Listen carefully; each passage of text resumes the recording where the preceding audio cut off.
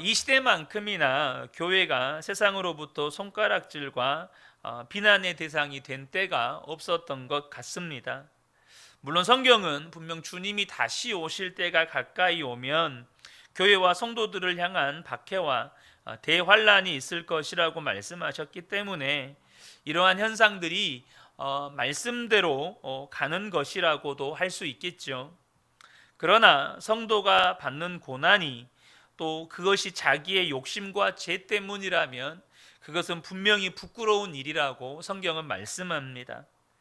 실제로 교회 내부적으로도 자성의 목소리가 있는 것이 사실입니다. 그 말은 교회가 교회됨을 잃어가고 있다는 것을 의미하는 것입니다.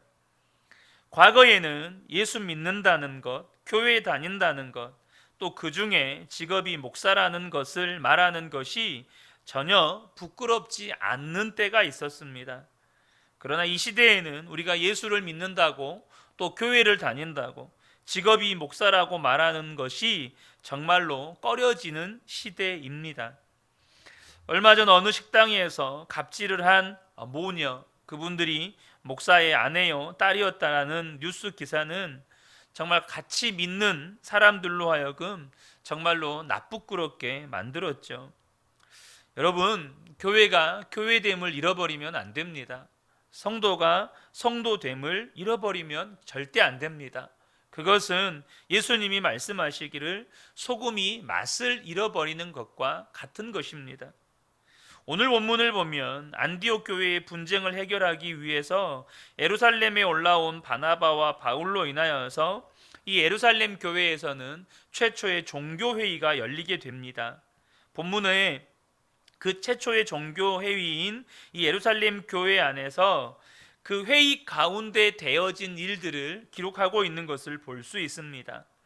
그리고 이 본문에 베드로와 야고보가 한 이야기들은 교회가 교회인 이유, 다시 다른 표현으로 바꾸면 교회가 교회의 정체성, 교회됨을 유지하기 위해서 반드시 지키고 계승해야 할 영적인 원리를 담고 있습니다.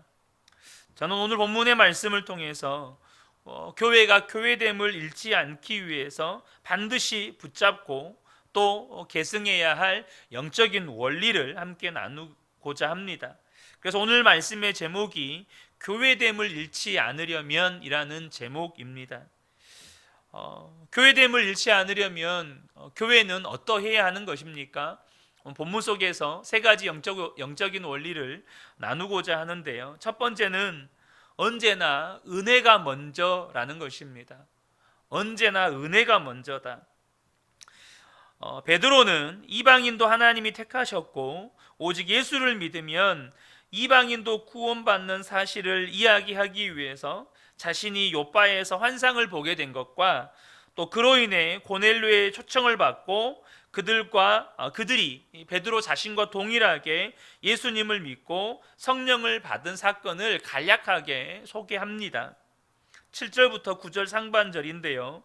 많은 변론이 있은 후에 베드로가 일어나 말하되 형제들아 너희도 알거니와 하나님이 이방인들로 내 입에서 복음의 말씀을 들어 믿게 하시려고 오래전부터 너희 가운데서 나를 택하시고 또 마음을 아시는 하나님이 우리에게와 같이 그들에게도 성령을 주어 증언하시고 믿음으로 그들의 마음을 깨끗이 하사라고 말씀합니다. 지금 안디옥 교회나 또 예루살렘 교회의 분쟁의 핵심은 이방인들이 구원을 받으려면 예수님만 믿어야 하는가 아니면 모세의 율법과 할례도 행해야 하는가 이 문제입니다. 그런데 베드로가 하는 이야기는 우리나 그들이나 오직 예수님을 믿어서 구원받은 것이고 동일하게 믿는 자들에게 성령을 부어주신다는 것입니다. 그러면서 베드로가 율법에 대해서 10절에 이런 표현을 사용합니다. 우리 조상과 우리도 능히 매지 못하던 멍에, 이렇게 율법에 대해서 표현을 하고 있습니다. 멍에는 다들 아시는 것처럼 소에게 수레나 쟁기를 끌 목적으로 머리에 씌우는 이 목재로 된 무거운 용구입니다. 이 멍에라는 단어는 성경에서 일반적으로 종교적인 의무를 상징하는 용어였습니다. 그런데 사도 바울이 뭐죠? 사도 바울의 말이 베드로의 말이 뭡니까? 우리 조상과 우리도 능히 매지 못하던 멍에라는 표현을 씁니다. 이 말의 의미는 율법은 결코 우리를 구원하지 못할 뿐만 아니라 우리 조상들도 또 우리도 누구도 율법을 완벽하게 준행하지 못했다는 말입니다. 율법은 구원할 수 없고 율법을 완벽하게 준행할 수 있는 사람은 아무도 없다는 거예요.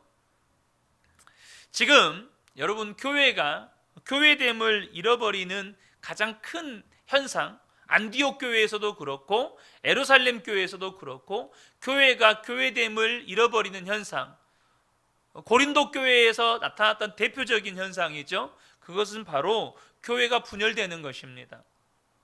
교회가 분열되는 거예요.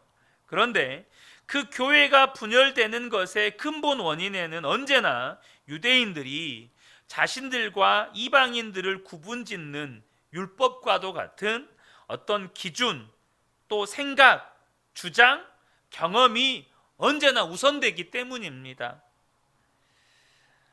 그러니까 여러분, 교회를 분열시키는 데는 2000년 전 당시에는 율법이었습니다.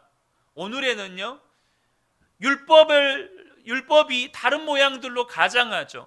어떤 사람에게는 그것이 자기 경험일 수 있겠고, 어떤 사람에게는 그것이 자신의 가치관일 수 있겠고, 어떤 사람에게는 그것이 어떤 전통일 수 있겠고, 그러한 것으로 과거 유대인들이 유대인들과 이방인을 구분했던 것처럼 교회 안에 나와 다른 성도들을 구분 짓는다는 것입니다.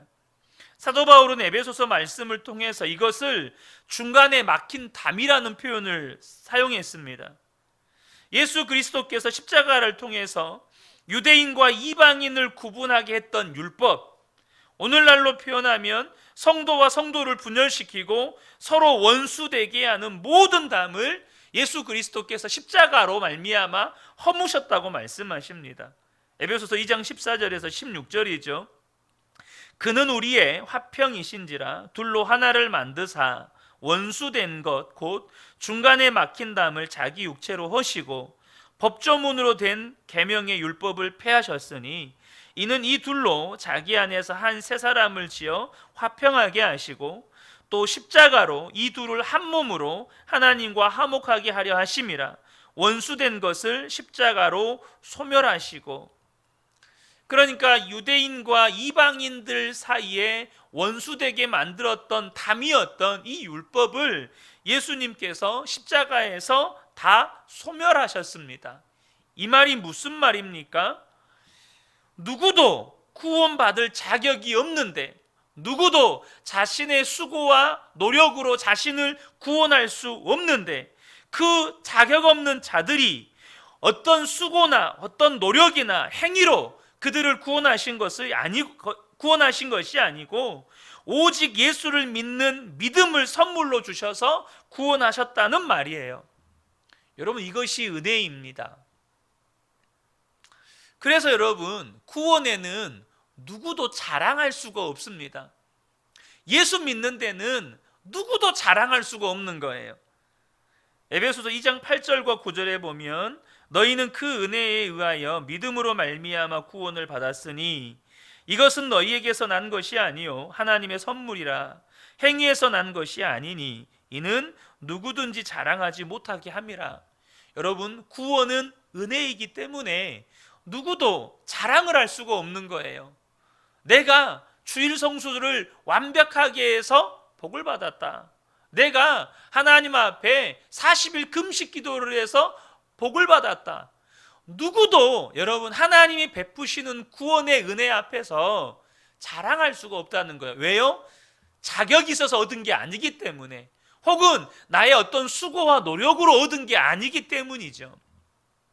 마찬가지로 구원받은 것이 은혜이기 때문에 하나님께서 나를 어떤 위대한 일에 사용하셨다고 하더라도 거기에는 자랑이 있을 수가 없는 거예요.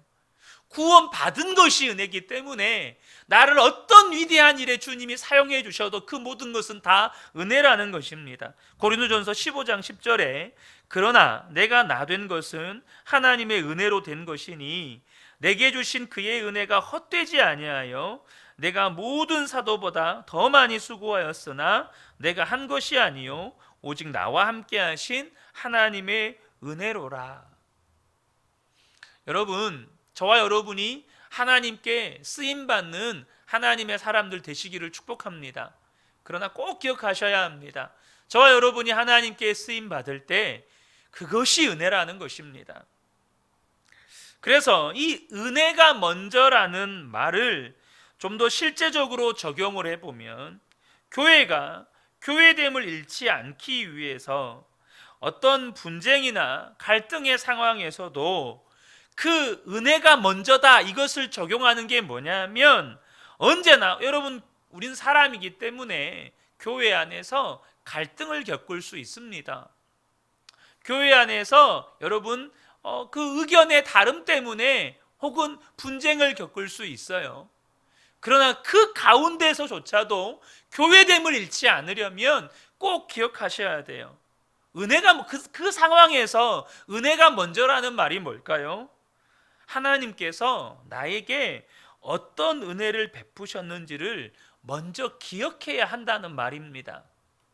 내가 어떤 성도와 어떤 갈등을 겪을 수도 있고 혹은 분쟁을 겪을 수도 있고 심지어 누군가가 나에게 상처를 주어서 내가 그 사람을 향한 미움이나 분노가 일어날 수도 있겠죠. 근데 은혜가 먼저다 이 말은 그러한 상황에 우리가 만나게 되었을 때 언제나 나는 하나님께서 내게 베푸신 은혜를 먼저 기억해야 한다는 것입니다. 여러분, 자격 없는 나에게 하나님이 은혜를 베푸셨어요. 자격 없는 나를 하나님이 아무런 조건 없이 전적인 은혜로 나를 구원하셨습니다. 여러분, 우리가요 어떤 분쟁이나 갈등이나 혹은 다툼의 상황에서 하나님이 내게 어떤 은혜를 베푸셨는지를 먼저 기억한다면 교회 안에서는 어떤 차별도 어떤 구별도 여러분 어떤 분열도 있을 수 없는 겁니다. 그래서 15장 9절 하반절에 보면 베드로가 하는 이야기가 뭡니까? 하나님께서 그들이나 우리나 차별하지 아니하셨느니라. 여러분, 은혜 안에는 어떤 차별이 있을 수가 없는 거예요. 유대인은 구원받을 자격이 있어서 구원받았습니까? 아닙니다. 구원받을 자격이 없는 유대인들도 구원받을 자격이 없는 이방인들도 하나님께서 전적으로 은혜 베푸셔서 구원하셨습니다. 그러므로 그 둘 사이에 어떠한 그 둘을 구별해버리는 그 둘을 나누어버리는 여러분 차별이 있을 수가 없다는 것이에요. 여러분, 교회 공동체는 차별이 없습니다. 우리가 이것을 놓치면 그래서 교회 안에서 성도를 대할 때 은혜가 아니라 어떤 율법과 같은 기준, 비록 그것이 말씀일지라도 그것이 우선이 되면 거기서부터 교회의 분열의 씨앗이 싹을 틔우는 것입니다. 여러분, 교회 안에서 성도를 구분하고 성도들이 서로 나뉘기 시작하는 겁니다. 은혜가 아니라 율법과 같은 어떤 경험 혹은 어떤 사람의 가치관 혹은 교회가 주장해가는 교회가 해가는 어떤 사역 이것이 여러분 우선이 되면 교회는 나뉘기 시작합니다.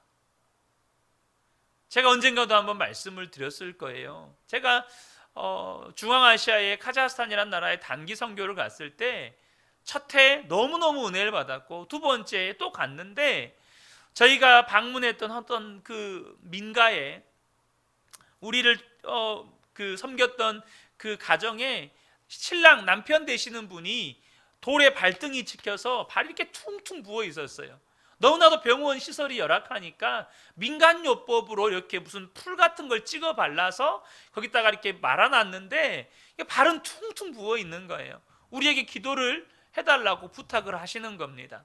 우리 팀이 4명인가 5명으로 구성이 되어 있었는데요. 그때 제 안에 여러분, 은혜보다 어떤 기준이 먼저였습니다. 그래서 은혜로 우리 함께 팀원들이 하나 되고 사랑하는 것보다 어떤 기준, 규칙을 지키는 것이 제 안에 우선이었어요. 그러니 여러분, 무슨 역사가 나타나겠습니까? 아무런 역사도 나타나지 않고 오히려 그 기도 사역 이후에 우리 팀은 더 갈라지기만 했습니다. 부끄러운 과거죠. 사랑하는 성도 여러분, 우리가 어떤 형태로든지 교회 안에서 이렇게 은혜보다 그 무엇인가가 앞서기 시작하면 교회 안에서 더 우위의 선자들과 그렇지 못한 자들로 구분이 지어지고 파벌이 생겨나고 갈등과 분쟁이 생겨나는 것입니다.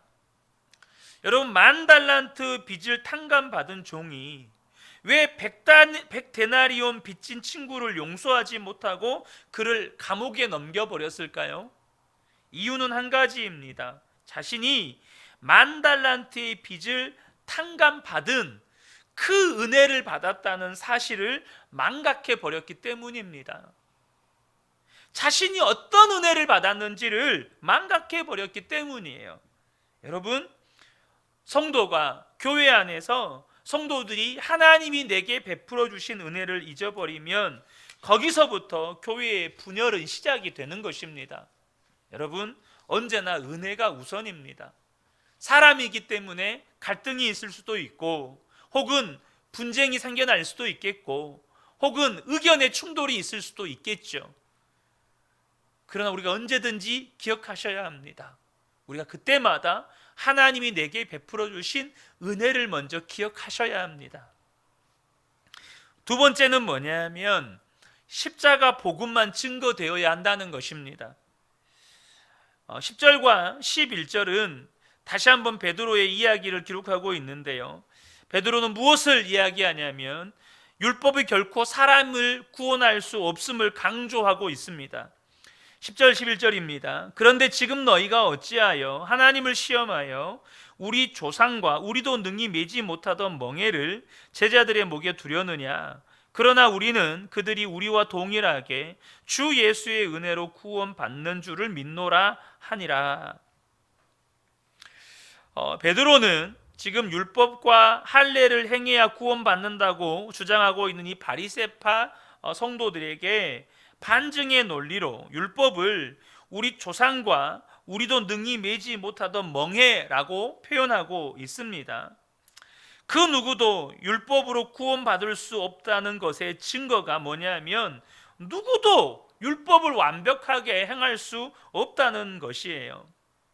그러면서 베드로는 그 율법으로 구원을 받으려는 모든 시도가 하나님을 시험하는 죄를 범하는 것이라고 강조합니다. 10절이죠. 너희가 어찌하여 하나님을 시험하여, 이렇게 표현하죠. 여러분, 예수를 믿으면 구원받습니다. 그런데 예수를 믿으면 구원받는 것이 아니라 어떤 율법을 행하여야, 여러분 기억하셔야 돼요. 우리가 기도 많이 해야 복 받는다. 여러분, 그거 똑같은 맥락입니다. 우리가 11조 드려야 하나님이 복 주신다. 다 똑같은 맥락입니다. 말씀에 순종해야 하나님이 복 주신다. 다 똑같은 맥락입니다. 부모가 기도해야 자녀들이 복을 받는다. 다 똑같은 맥락이에요. 여러분, 행위를 강조하는 것, 왜 율법을 구원하려는 시도가 하나님을 시험하는 죄를 범하는 것일까요? 고린도전서 1장 24절은 이렇게 말씀합니다. 오직 부르심을 받은 자들에게는 유대인이나 헬라인이나 그리스도는 하나님의 능력이요 하나님의 지혜니라. 자, 오직 예수 그리스도로 구원받는 것이 하나님의 능력이고 하나님의 지혜라고 사도 바울은 말합니다. 그런데 우리가 율법을 행해야 구원받고 율법을 행해야 복을 받는다라고 말하는 것은 인간을 구원하시는 하나님의 지혜와 능력을 의심하고 부인하는 것이기 때문입니다. 더 나아가서 유일한 구원의 길을 거부하고 또 다른 구원의 과정을 추구하는 이것은 하나님을 대적하는 교만이라는 것입니다. 창세기 11장 4절을 보면 바벨탑 사건이 나오는데요. 그 바벨탑 사건에서 그들이 바벨탑을 쌓으려고 했던 동기, 그들의 의도, 그들의 취지가 기록이 되어 있습니다. 4절인데요. 또 말하되 자 성읍과 탑을 건설하여 그 탑 꼭대기를 하늘에 닿게 하여 우리 이름을 내고 온 지면에 흩어짐을 면하자 하였더니, 노아 홍수를 통해서 그들은 반드시 배워야만 했습니다. 하나님만 유일한 하나님이시다. 하나님만 우리를 구원하신다. 근데 그들은 무엇을 선택합니까? 또다시 홍수와 같은 위기가 왔을 때 우리의 힘으로 우리를 구원할 수 있도록, 우리의 힘으로 우리를 보호할 수 있도록 도시와 탑을 건설하자. 여러분, 그렇게 율법으로 구원받을 수 없다라고 베드로가 이야기하면서 지금 무엇을 강력하게 선포하고 있습니까? 11절에 주 예수의 은혜로 구원받는 줄을 믿노라. 베드로는 다시 한번 복음을 선포하고 있습니다. 베드로는 그곳에서 오직 십자가 복음만을 선포하고 있는 것이에요. 우리는 성경이 우리에게 경고하는 메시지를 정말로 귀담아 들으셔야 합니다. 교회 안에서 복음이 아닌 것들이 복음보다 강조되고 우선이 되면 그것은 하나님을 시험하는 죄인 것입니다. 교회 갱신을 외치는 많은 목사님들, 또 신학 교수님들, 그리고 사역자들에 의해서 한국 교회의 현재 문제점들에 대해 많이 연구되고 또 그것들이 발표되고 있습니다. 그런데 그 가운데 눈여겨볼 것 중에 하나가 뭐냐면 한국 교회가 유럽과 미국에 있는 교회들을 답습하고 있다는 것입니다. 물론 그럴 수밖에 없는 것이 복음이 유럽과 미국 교회 선교사님들을 통해서 한국에 전해졌고, 지금도 많은 목사님들이 미국이나 유럽에 가서 유학을 하기 때문에 아무래도 미국이나 유럽의 교회들의 영향을 받을 수밖에 없다는 것도 인정이 됩니다. 그럼에도 불구하고 그렇게 교회 갱신을 연구하고 외치는 분들에 의해서 회자되는 말이 있습니다. 그 말이 뭐냐면 유럽에서 기독교는 문화가 되었고 미국에서 기독교는 회사가 되었다. 유럽에서 기독교는 문화가 됐어요. 더 이상 그것은 그들의 신앙이 아니라 단지 그들의 삶의 어떤 가치관, 그들의 삶에 그들이 즐기는 하나의 그냥 그들의 삶의 자연스러운 문화인 거죠. 더 이상 예수는 그리스도가 아니에요. 그냥 예수님은 십자가 목걸이 장식품, 예수는 그들이 즐겨 듣는 유행가 가사의 한 소절, 예수는 단지 그들이 태어나면 세례받고 또 그들이 결혼하면 주례받고 그들이 죽으면 장례를 치러주는 하나의 그냥 삶의 라이프 스타일, 그것이 유럽 교회의 현실이라고 꼬집어 말합니다. 미국은요, 기독교가 회사가 되어 있어요. 무슨 말일까요? 교회가 기업 경영 마인드로 교회를 섬기고 운영하는 거예요. 교회를, 또 성도를 회사를 운영하듯이 그렇게 교회를 운영하는 거예요. 그런데 한국 교회가 그런 유럽과 미국 교회의 모습들을 고스란히 흡수하는 경향들이 있다는 겁니다. 사실 우리 교회 주보의 뒷면을 보면 사명, 핵심 가치, 비전, 목회 철학 이런 용어들이 나오는데요. 다 이런 용어들은 여러분 미국 교회, 그러니까 기업 경영에서 주로 사용되는 단어들입니다. 제가 지금 말씀드리려고 하는 것은 그것을 사용하는 것이 문제다라는 걸 말씀드리는 게 아니고요. 그 모든 것들이 복음보다 강조되는 것이 하나님을 시험하는 죄가 된다는 것입니다. 실제로 많은 한국 교회들에서 저 역시 또 그동안에 신앙생활을 해오면서 경험했던 것 중에 하나가 교회마다 사명, 비전, 핵심 가치 이런 것들이 복음보다 더 강조되는 것을 보았고, 때부터 저는 그것들을 경험했었습니다. 교회마다 어떤 시스템을 너무너무 강조하는 거죠.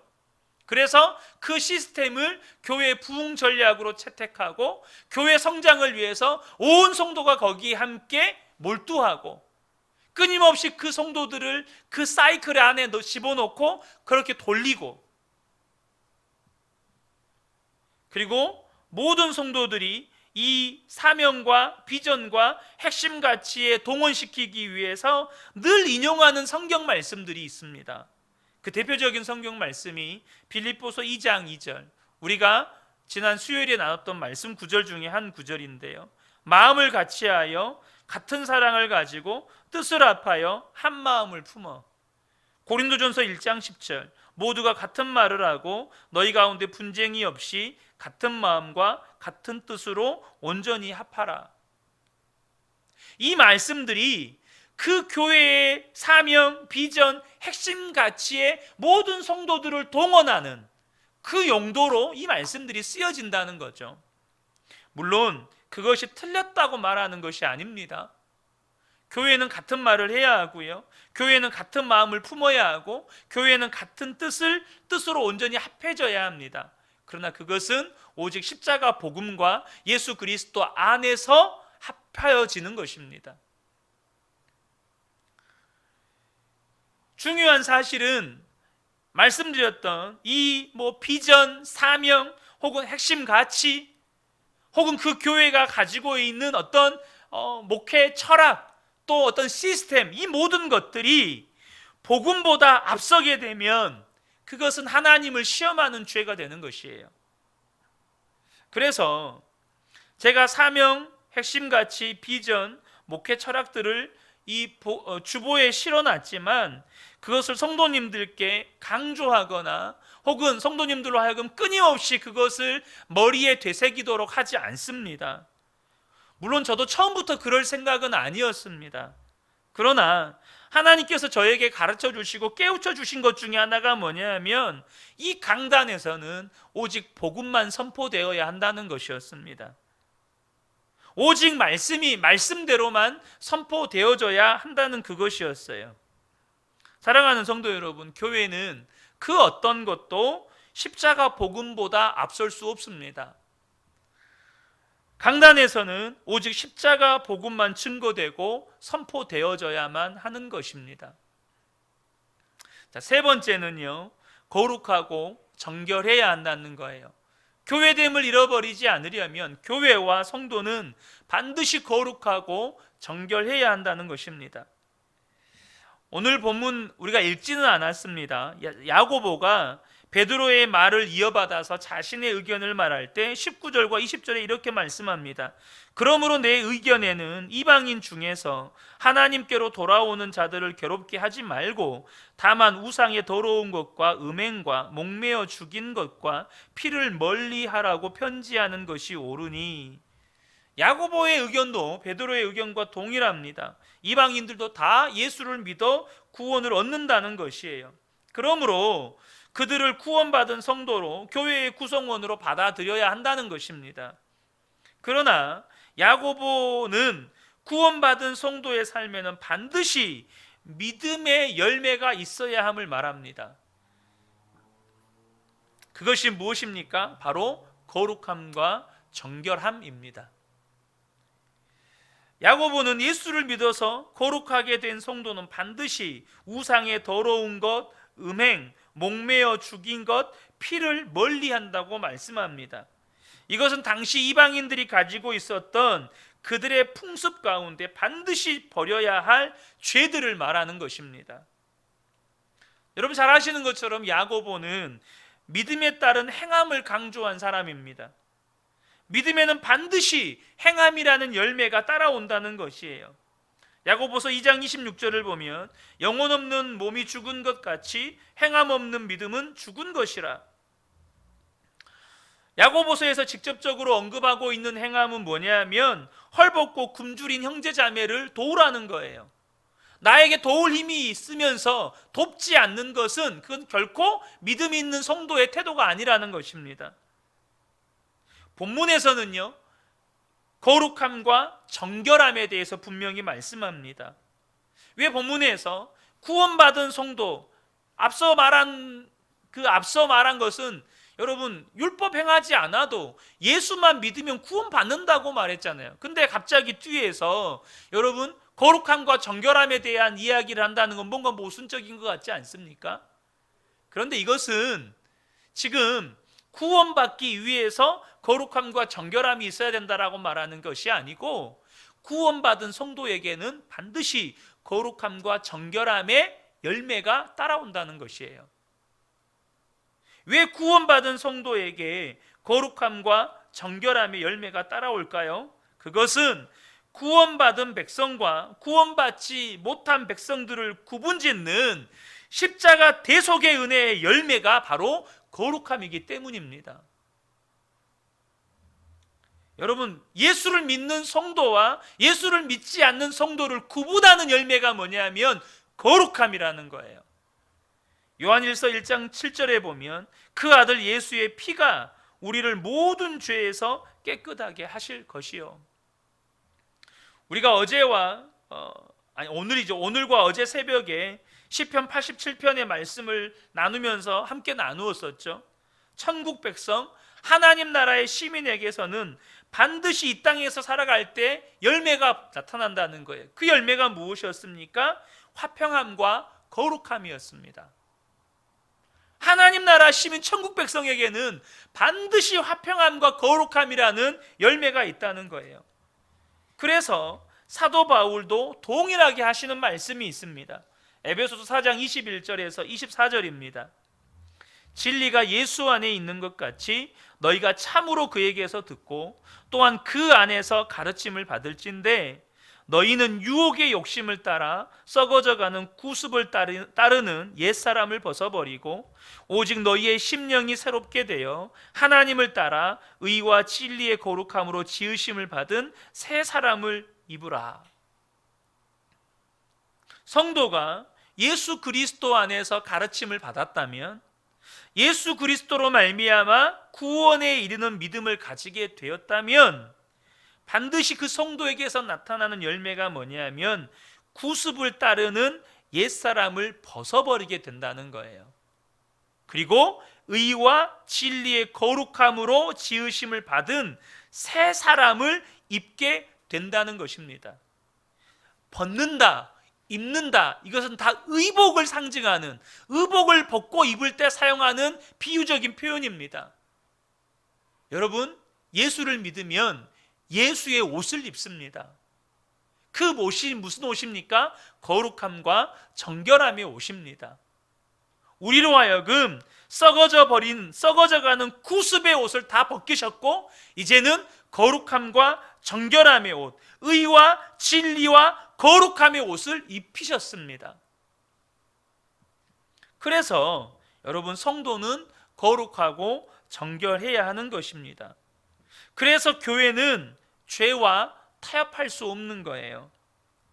여러분, 교회는 절대 동성애가 죄가 아니라고 말할 수 없습니다. 하나님이 만드신 창조의 질서에서 벗어난 말도 안 되는 제3의 성이나 제3의 성이나 또 새로운 형태의 가정을 여러분, 교회는 인정할 수 없는 거예요. 그래서 교회는 차별금지법을 절대 지지할 수 없는 겁니다.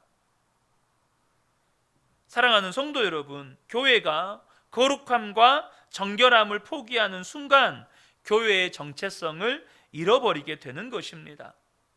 사랑하는 성도 여러분, 지금 이 시대가 교회가 교회됨을 잃어가고 있다고 수많은 교계에서 지금 긴급하게 이야기하고 있습니다. 교회가 교회됨을 잃어버리면, 교회가 여러분 정체성을 잃어버리면 소금이 맛을 잃어버리는 것과 똑같습니다. 하나님께서 이미 우리에게 경고의 사인을 보여주고 계시지 않습니까? 소금이 맛을 잃으면 밖에 버려져 사람들에게 밟히느니라. 교회가 교회됨을 잃으면 교회의 기능, 곧 이 세상을 거룩하게 만들어가고 이 세상이 하나님의 나라가 확장되어져 가도록 그렇게 교회의 역할을 감당하지 못하게 될 때 교회가 여러분 세상 사람들에게 비난거리가 되고 조롱거리가 되고 비웃음거리가 되고 그렇게 되는 겁니다. 사랑하는 성도 여러분, 우리가 교회이지 않습니까? 우리가 성도이지 않습니까? 여러분, 교회는 절대 교회됨을 잃어버리면 안 됩니다. 성도는 절대 성도됨을 잃어버리시면 안 됩니다. 오늘 우리가 세 가지를 나누었습니다. 언제나 은혜가 먼저라는 것입니다. 그리고 언제나 교회는 십자가 복음만 증거하고 또한 저와 여러분의 삶을 통해서 십자가 복음이 여러분 세상 가운데 드러나야 하는 것입니다. 그리고 교회는 결코 이 거룩함, 정결함에 대해서 타협할 수 없는 거예요. 결코 거기에 대해서 적당히가 없는 거예요. 교회는 언제나 거룩하고 정결해야 한다는 것이죠. 이 밤에 함께 예배한 우리 모든 성도님들이 정말 우리 그 은혜의 교회를 함께 세워갈 때 정말 교회됨을 잃지 않는 그 은혜의 역사에 함께 참여하시는 복된 분들 되시기를 예수 그리스도의 이름으로 축복합니다. 아멘.